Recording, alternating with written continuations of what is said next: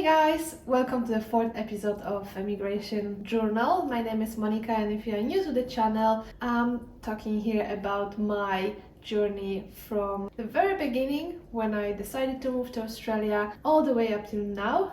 Which been 8 years, yes, 8 years in Australia, and we are at the moment at the very beginning of that migration journey. And today we're gonna be talking about preparation. So in the previous episode, I was explaining how I've got the visa. Obviously, depending on the country, requirements are different, many different visas, but you can go to the previous video if you want to get a hint on options. And today I'm gonna be talking about 4 things I've done to prepare for that big move.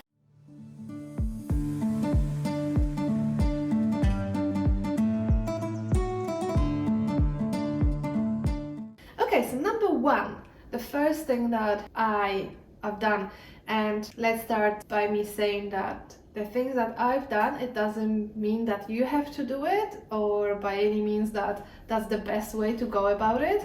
It's just something that, well, for me, it was important to be prepared, to organize all those little bits and pieces for that big move. At the end, my country, Poland, is over 16,000 kilometers away from Australia, so it was a big move. The first thing was preparing all the little things. So checking bank account, what kind of phone plans, options I could get here in Australia, what kind of bank I can maybe bank account I can open. Can I open that bank account still being in Poland, or do I need to be here? And then once I'm here, what kind of documents I will need? Because that's another thing to consider. You might need to bring certain documents from your country, and it's important that they are translated and not just by a random person or Google.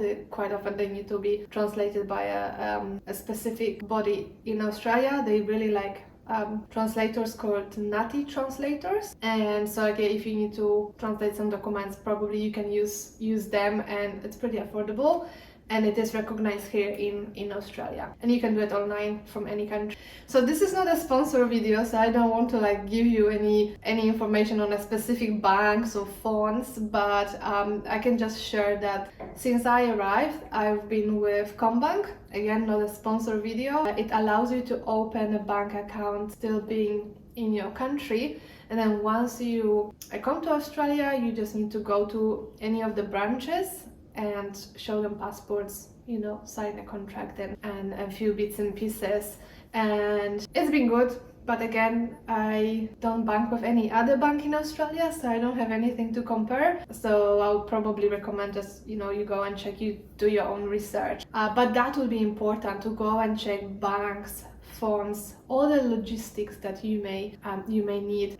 Very important as well, choosing the city you want to go, but we're gonna talk about cities a little bit later on in the next videos. Number 2 that I've done, it was selling or getting rid of things in Poland that I will not need or that I will not take with me, because I was essentially just going with a 1 suitcase, 32 kilograms, so obviously I couldn't take much. Also, at that time, I was not considering moving to Australia forever. It was just a year. So as well, my plan was not to get rid of all my stuff in Poland, just things that I would not take with me, probably I'm not gonna use it, as well to get some additional cash, some money so I can take with me. So that would be probably my recommendation. Just go through your possessions, check what you need, what you don't need. Maybe you can cash in to get a little bit more. So selling was a one thing, and getting rid of stuff, but as well organizing my living space. So I knew that I'm not gonna be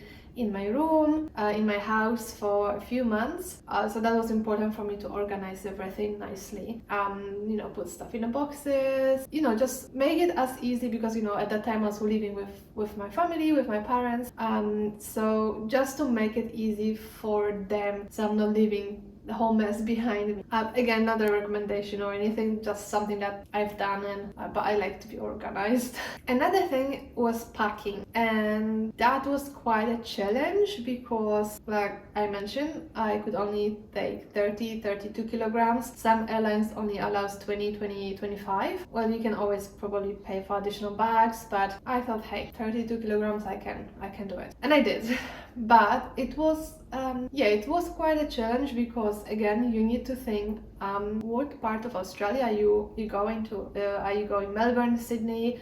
Are you going far North Queensland, or are you going Perth, or maybe Tasmania? Completely different climates. You may need different clothes. So that's something to consider. I think the biggest misconception people have about Australia, and certainly I had, that it's always hot and it's always warm and I don't need any winter clothes. And then I ended up wearing like 2 pairs of socks and 3 jumpers because it is very cold in winter. Especially I was in Melbourne the first few months. It was cold. So think about where are you going in Australia. Another, maybe on that note, something important to mention, Australia has quite affordable shops. Something that I didn't know moving to Australia, but if you're coming here and suddenly you realize, hey, I don't have, winter clothes or pajamas or something, or pillows, there's a shops like Kmart,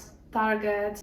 You can get really affordable stuff in those places. So if you cannot fit in that suitcase and you ended up here needing some stuff, it's not the end of the world. You can go and buy those things. Like literally you can buy a jumper for like $15. It's not gonna be an amazing quality, but hey, it's there. So that's the option. But packing, that was a big thing.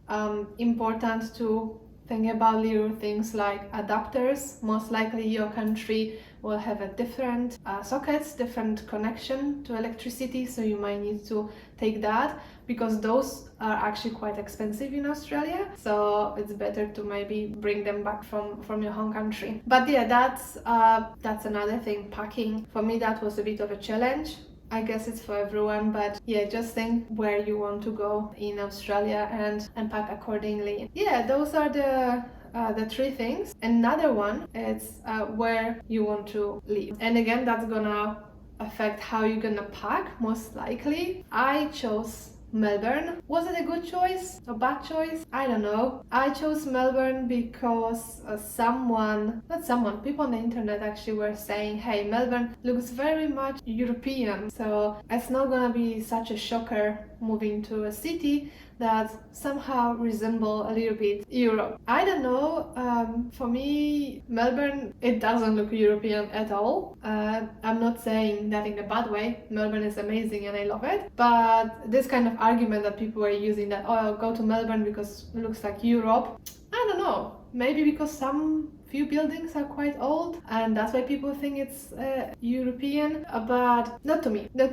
But again, Melbourne is amazing. It's just not European per se, as people will say on the internet. I've heard stories, people come to Australia, they don't really know where to stay. They ended up booking hotels, hostels, Airbnb. They pay quite a lot of money. So this is as well something that probably I would recommend researching at the beginning. That's what I've done. I check Polish community, organize with one of the people from that community that I can stay with her for the first 2 weeks. And that was a big deal because at least this first 2 weeks I was quite secure. I knew that, hey, I'm coming to that new country. I don't know that person, but at least I will have a roof above my head and I will be safe. So that's something I would definitely encourage everyone to do before coming, just to find some kind of accommodation, at least for this first few weeks. Why I'm not pushing for hostels and hotels?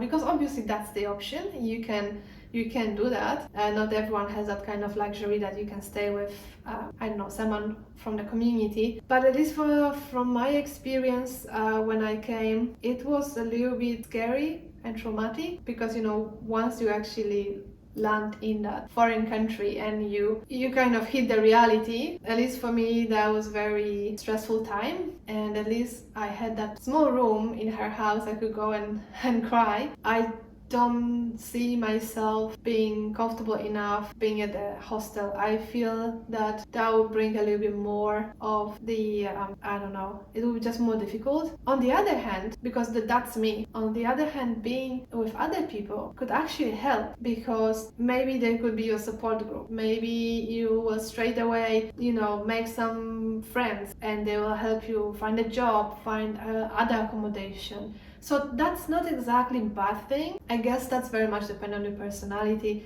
But again, I don't want to give you any advices. It's just that my experience was that, yeah, I went to that person and I felt at least safe. I felt quite lonely though, so perhaps that hostel would not be a bad thing to do. I guess I will never know now. But anyhow, finding an accommodation beforehand for this first few weeks, and perhaps researching what other accommodations, what other options you might have, after those few weeks. That's as well something you can do still being in your country. Because in Australia, actually finding accommodation might be a bit tricky, especially now with the housing crisis. It is quite expensive. If you want to rent with the agency, it is tricky. You need to have money, secure job, some references. So quite often, most likely, you may end up renting from a private person.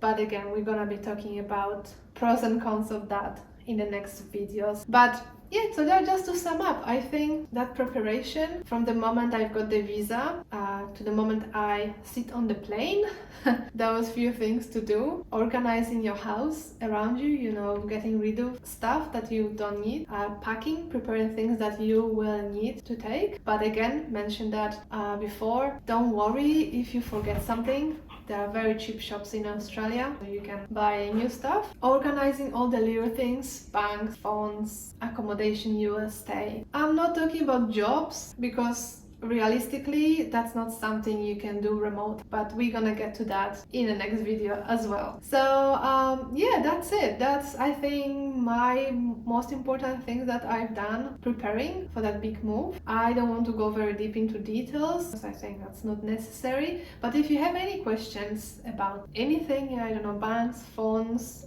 accommodation, cities, let me know in a comment below. If you have your experiences that you want to share, how was your big move, maybe what you've done preparing for move, and not necessarily to Australia, I don't know, maybe you move into a different country. Let me know how you prepare for that. And again, thank you so much for listening to my bumbling, and I see you in the next video where I'm gonna be sharing that actual journey, the travel to Australia, and all the fun stuff that happened on that plane. So thank you so much, and I see you in the next video.